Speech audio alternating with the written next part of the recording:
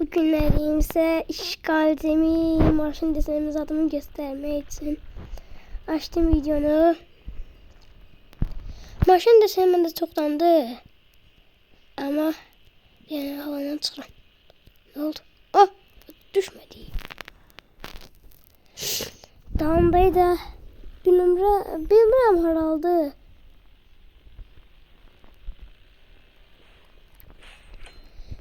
VS atmak isteyenler varsa yazabilir yorumlara. Like atıp yorum yazmayı unutmayın. Gel gidelim.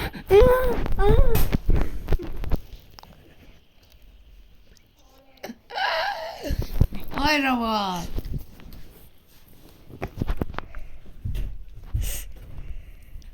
Bu videonu koysan YouTube'a. Ha? Sesim de. Sil onu oradan silmen oradan değil. Yedik. Alındı. Uşaqlar, bu biraz zehlem giden uşaqdır. Gəlin. P90 uşağı verə. Var dayım 4. Səsi keçək göt verə. Yerdə hadi. Bırak da. Bu videonu YouTube'a koysun söyüş olduğuna göre yoktu. Qoyun video şey deyəcək, oğlu içərsən, tut içər. Mən görəmədim. Aydan salam. Tam da sən tut çıxır demək içmək.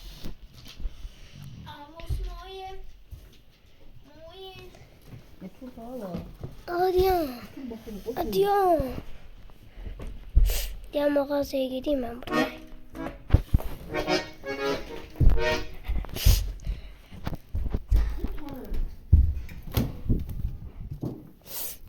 Ha, bu niye düştü ki?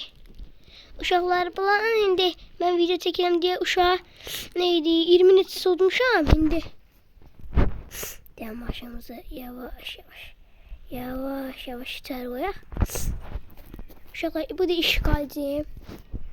Görək nə alabilirim. Oo, ücretsiz. Adam var.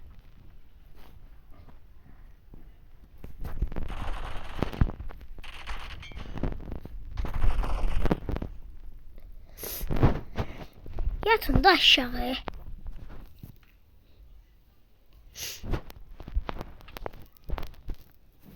Ağarları yatın da aşağı.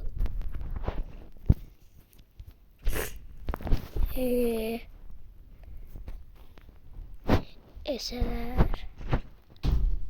Ağzımda yaksın. Diyen ne bu değil. Ama kullanak bunu. Açaq. Kar 90 banlayıram baba. Niye?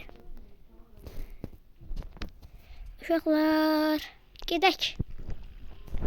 Hə, bir nömrə gəl. Çıx.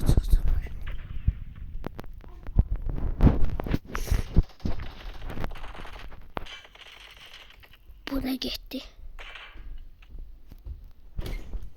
Kontonu. Mən deyil. Ha? Məndə deyil. Hara koymuşsun? Məndə deyil. Sen de o bakınca fark et. Məndə deyil. Fark et sonra. Bacıdan soruş, məndə deyil. Balca dedi sende acı. Deyil. Kontonu dok tez ol. Cəhənnəm ol. Dok kontonu. Cəhənnəm ol. Kontonu dok.